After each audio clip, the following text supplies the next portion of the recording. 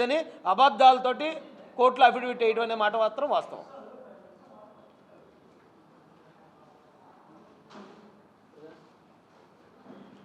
ఇంకేమైనా ఉన్నాయండి? ఇలాంటి నాయకులు, పవన్ కళ్యాణ్ గారు లాంటి నాయకులు ఉన్నారు.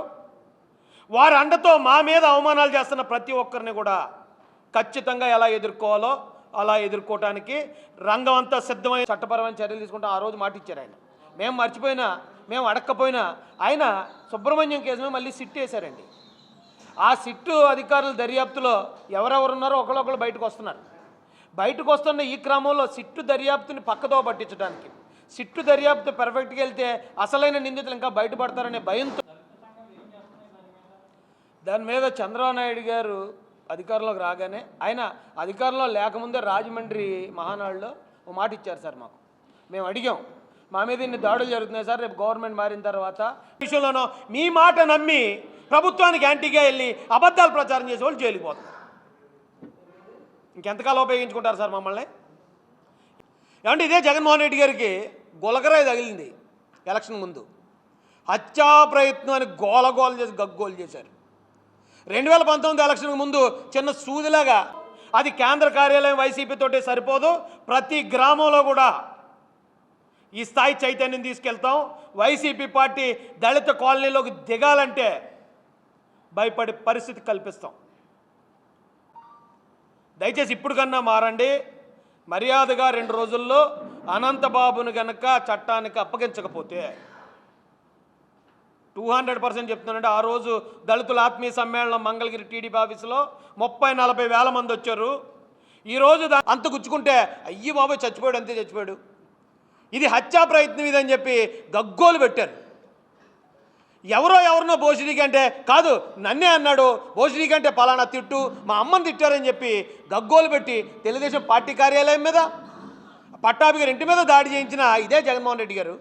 ఏమంటే మిమ్మల్ని ఒక మాట అంటేనే అదేదో రాష్ట్ర సమస్యలాగా, మీకు చిన్న గాయం తగిలితే కాదండి, చాలా కేసుల్లో సస్పెండ్ అయ్యారండి. అలాగే ఇంకా ఎవరైనా దీనిలో ఉంటే కనుక ఏ స్థాయి అధికారి అయినా సరే చట్టపరంగా వారి మీద చర్యలు తీసుకోవడానికి వెనకడే ప్రభుత్వం కాదు సార్ ఇది.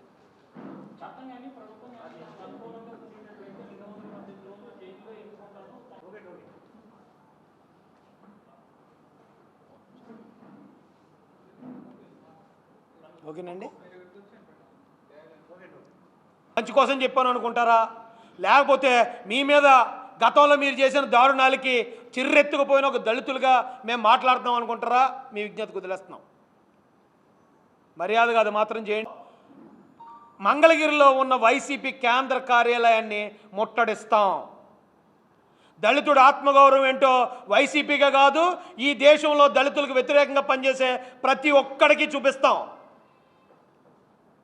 ఆషామాషిగా బతిలాడే రోజులు, అడుక్కునే రోజులు పోయేయండి.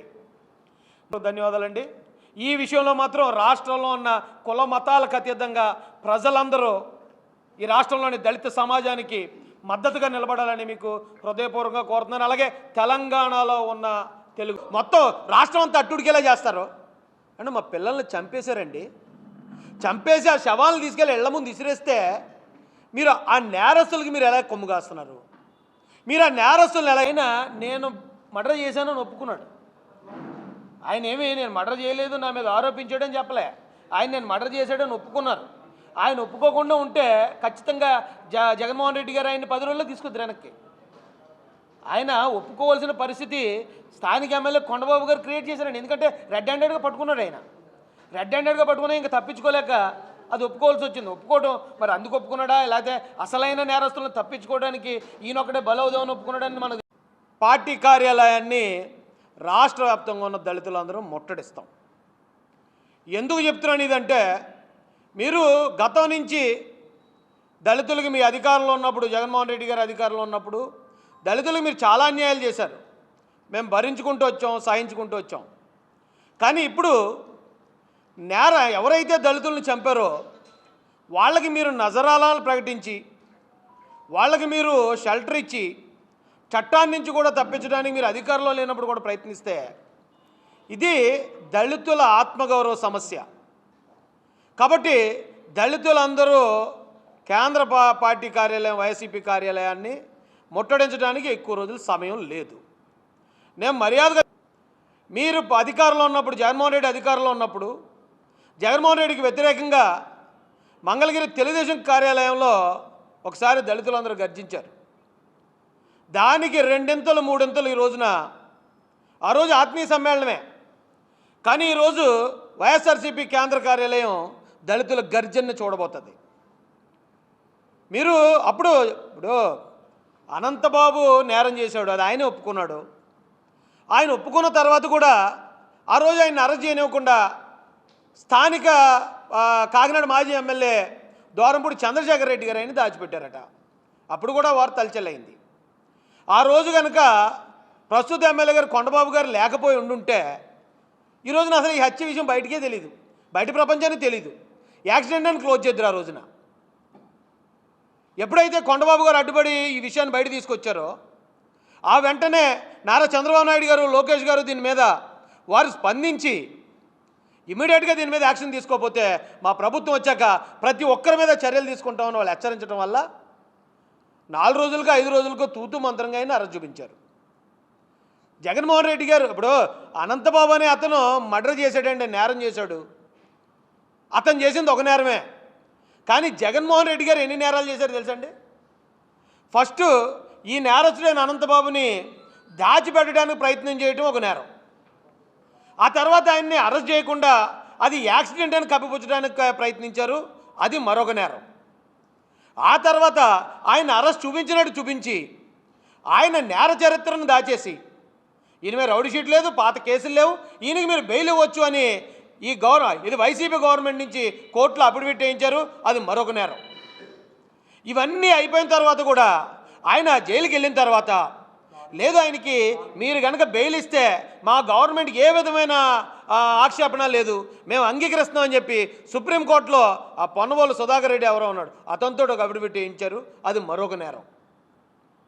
అనంతబాబు ఒక నేరం చేస్తే జగన్మోహన్ రెడ్డి గారు ఇన్ని నేరాలు చేయడానికి ఏమంటే మీకు మేము దళితులు చేసిన అన్యాయం ఏంటండి? వైసీపీ జగన్మోహన్ రెడ్డి గారు మీ నాన్నగారి దగ్గర నుంచి మీ దాకా దళితులే కదా మీకు ఓట్ బ్యాంక్గా ఉండి ఆయన్ని ముఖ్యమంత్రి చేసాం. తర్వాత మీరు పోటీ పెట్టిన 67 సీట్లకి వెళ్ళడానికి మేము ప్రయత్నం చేసాం, మా ప్రాణాలు కూడా అటుపెట్టి పనిచేసాం. మొన్న 19లో కూడా మీకోసమే కదా మేము పనిచేసాం. 19లో మీరు గెలిచినప్పుడు మీకోసం పనిచేసిన వాళ్ళు మేము కూడా, నాతో సహా. కానీ గెలిచిన తర్వాత ఏం పాపం చేసామండి? మొట్టమొదట డాక్టర్ సుధాకర్ గారు, ఎస్సీ మాదిగ డాక్టర్ గారిని రోడ్డు మీద ఇచ్చి కొట్టి చంపించారు. కాబట్టి జార్జ్ ఫ్లాయిడ్ అని ఒక అతన్ని అమెరికాలో ఒక పోలీస్ ఆయన అలా తొక్కిపడితే ఆయన ఊపిరాడికి చచ్చిపోతే ఆ రోజున అమెరికా అధ్యక్షుడు కూడా బంకర్లో దాక్కునే స్థాయి ఉద్యమం జరిగింది, అట్టుడికిపోయింది అమెరికా. అలాంటిది ఈ రాష్ట్రంలో అలాంటి జార్జ్ ఫ్లాయిడ్ని ఎంతమందిని తయారు చేశారు జగన్ గారు? మీరు ఒక డాక్టర్ సుధాకర్ గారు, ఓ చీరాల కిరణ్ కుమార్, ఒక అచ్చన్న, ఒక ఈ సుబ్రహ్మణ్యం, అక్కడేమో పోలీస్ స్టేషన్లో పెట్టి శిరోమండనం చేసి ఎంతమందిని మీరు ఇబ్బంది పెట్టి ఏం పాపం చేశామేమో అడుగుతున్నాను. మిమ్మల్ని గెలిపించడం కోసం, మీ కుటుంబం కోసం ఓట్ బ్యాంకుగా ఉండటం అదేనా మేము చేసిన పాపం? మమ్మల్ని ఎవడైతే కొడితే వాళ్ళని దాస్తారా? మమ్మల్ని ఎవరైతే చంపుతారో వాళ్ళకి మీరు సపోర్ట్ ఇస్తారా? నేరం చేసినోడిని అతనే ఒప్పుకున్నాడు, అనంతబాబు ఒప్పుకునే నేరం చేశానని జైలుకి పోయాడు. అతను జైల్లోని బయటికి రిలీజ్ చేసేటప్పుడు మీరు ఊరేగింపుల్లో తీసుకొస్తారా? ఏంటి జగన్మోహన్ రెడ్డి? మీడియా మిత్రులందరికీ నా తరపున, అలాగే రాష్ట్ర ఎస్సీ కార్పొరేషన్ డైరెక్టర్ గారైన కొల్లాబత్తుల అప్పారావు గారి తరపున, అలాగే కాకినాడ సిటీ ఎస్సీసీఎల్ ప్రెసిడెంట్ అయిన అంబటి చిన్నా గారి తరపున, ఇక్కడున్న తెలుగుదేశం కార్పొరేటర్ల తరపున, తెలుగుదేశం నాయకుల తరపున హృదయపూర్వక ఆహ్వానం తెలియజేస్తామండి. ఈ మీడియా సమావేశం ఏర్పాటు చేయడానికి గల కారణం ఏంటంటే, మీరు చూస్తూనే ఉంటారు, ఈ రాష్ట్రంలో ఒక దళితుడిని చంపి డోర్ డెలివరీ చేసిన వైఎస్ఆర్సీపీ ఎమ్మెల్సీ అనంతబాబు రీసెంట్గా ఆ కేసులో సాక్షుల్ని ప్రలోభపెట్టి బెదిరించి మీరు నాకు అనుకూలంగా సాక్ష్యం చెప్పకపోతే మిమ్మల్ని చంపుతామని చెప్పి ఆ కేసు నుంచి, చంపిన కేసు నుంచి బయటపడడానికి ఆయన ప్రయత్నం చేస్తే ఆ సాక్షులు వెళ్ళి వేళ పోలీసులను ఆశ్రయించారు. ఎఫ్ఐఆర్ నమోదైంది. నమోదైన కేసు మీద ఆయన అరెస్ట్ చేయడానికి వెళ్తే అనంతబాబు గారు పరారీలో ఉన్నారు. పరారీలో ఉన్న అనంతబాబు గారి కోసం పోలీసు వారు ఎదుగుతున్నారట. అయితే మాకు అందిన విశ్వసనీయ సమాచారం, మా దళిత కాలనీల్లో అలాగే దళిత వాట్సాప్ గ్రూపుల్లో ఒక వార్త హల్చల్ చేస్తుంది ఈ రోజున.